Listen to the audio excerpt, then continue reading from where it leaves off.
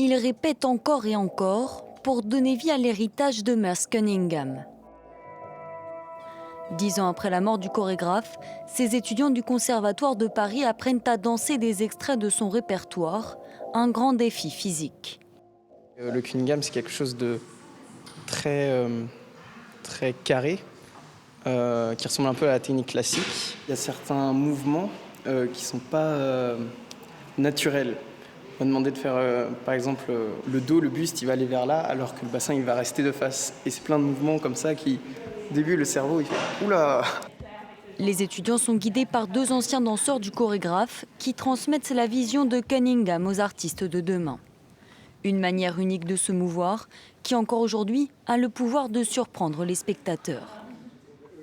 Elle a été tellement révolutionnaire, à mon avis, qu'il y a encore des choses qui, pour le grand public, restent inédites.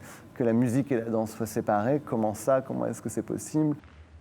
Aux confins des lois de l'équilibre et de l'anatomie, Merce Cunningham a toujours cherché à briser les conventions. Considéré comme trop avant-gardiste aux États-Unis, le chorégraphe américain s'est finalement fait un nom en France à partir des années 50.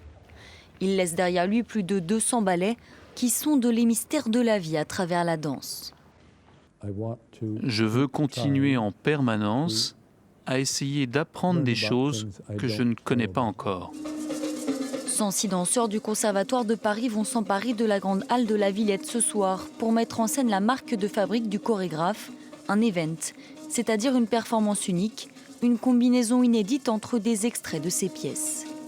La soirée sera le plus grand event du monde, un hommage à la hauteur de l'œuvre inestimable laissée par Merce Cunningham.